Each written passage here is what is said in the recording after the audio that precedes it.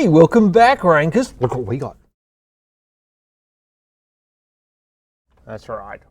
We've just become a Google Premier Partner. Nothing to do with SEO. It's all to do with the AdWords stuff. Handled by us, but hey, if you need your AdWords looked after by a Google Premier Partner, just saying. Now, last week we had the SEMRush Pizza Thursday, which was awesome. Now, in case you know what that is, SEMRush are doing awesome stuff with their blog and their outreach program and everything to do with SEO at the moment. And they're doing these weekly sessions where they deliver pizza around the country or the town or wherever they're doing the webinar to the various participants, and you sit there and eat a pizza and talk about SEO, PPC and all sorts of stuff. It was great fun. So thank you, SEMRush, for organising that. Now, one of the things that came out of that was, I explained during the webinar that, you know, we're sort of moving away from the smaller type of client because it's just hard to really just make a profit on smaller clients because the cost of SEO now is quite expensive. And, you know, we get asked this question all the time, you know, why is it so expensive? And I want to explain why. The first reason is, that Google's changed a lot over the years. And you've got to be more forensic, you've got to spend more time on sites, you've got to be creating content. Content costs money. And you've got to be creating good content. You can't be creating rubbish content. So there's all these things that come into it. The other thing with it is that as sites become bigger and more cumbersome and more things, e-commerce sites, there's more e-commerce sites out there, and we work on a lot of e-commerce sites, they take up a lot more time than, say, a simple WordPress site is going to take up. So all of these things mean that it's going to be more expensive. So for consulting and those sorts of things, and working out, you know, where the client should be positioning their brand in the market and those sorts of things, you just can't get to with a smaller client because they just can't afford it. And, you know, if they were all selling big ticket items, you could, but it's the value that they have to put against the effort that you're putting in. So, you know, we have different buyer personas. So we have Leanne, which is our entry-level client, and then we have Connor, and then we have Ashley and Noah. So we're going to be focusing on Ashley and Noah. So Ashley is usually a chief marketing officer. Noah is more of a C-level executive as well. So they're our two buyer personas we're focusing more on. And the reason for that is because very, very quickly the Leannes and the Connors become unprofitable because there is so much work that you have to do, which you just can't charge for, but in a lot of ways I feel obliged. So recently we pitched for a job, we didn't get it. The feedback we got from that was price. So, okay, well, it was a corporate client and they made a decision based on price, which surprised me.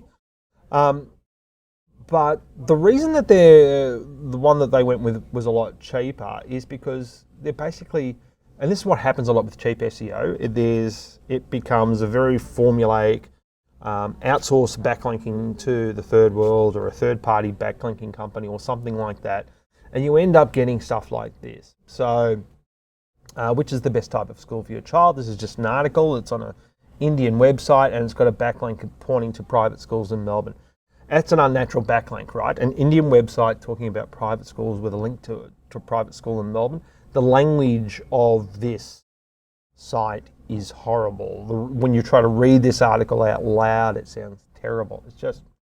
It's junk, right? And this is what Google would describe as an unnatural backlink. And the same with stuff like this. You know, Slovenia holidays, everything you need to know about holidays in Slovenia for activities to take part while on a holiday safari, while on a hot safari in Africa. And then a link here to a Melbourne-based African safari company. That's an unnatural backlink, right? So, and one of the participants, one of the SEO participants on the SEMRush webinar said he hadn't seen sort of these backlinks that I was talking about. So there they are in all their glory. You know, here's another one, also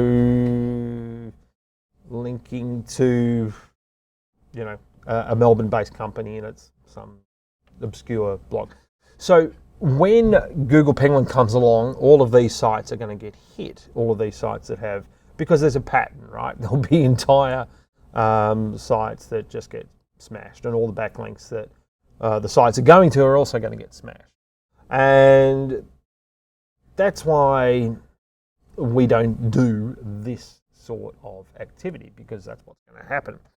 So one of the ways that you can determine whether you've got some pretty ordinary backlinks, or whether the SEO companies, if you think you've bought cheap SEO, there's a couple of tools you can use. You can go and use the SEMRush tool, check your backlinks with that. That's a brand new one they've only just brought out. You can go and have a look at majestic.com, that can check your backlinks. But an easy one to go and have a look at is in your Google search console, under search traffic, you just go to links to your site. And this particular site has 14 million links. It's probably yours and mine won't have that many links. But you can go in there and have a look at links. You can actually export it as a CSV, and then look at the quality of the links that are appearing. And if you have bought cheap SEO recently, I would strongly suggest you go and do that activity. Just keep an eye on it.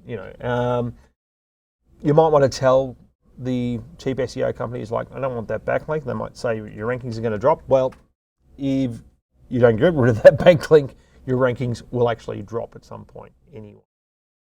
Hopefully that's helpful. If you've got anything you'd like to share, let me know, and we'll see you next week. Thanks very much. Bye.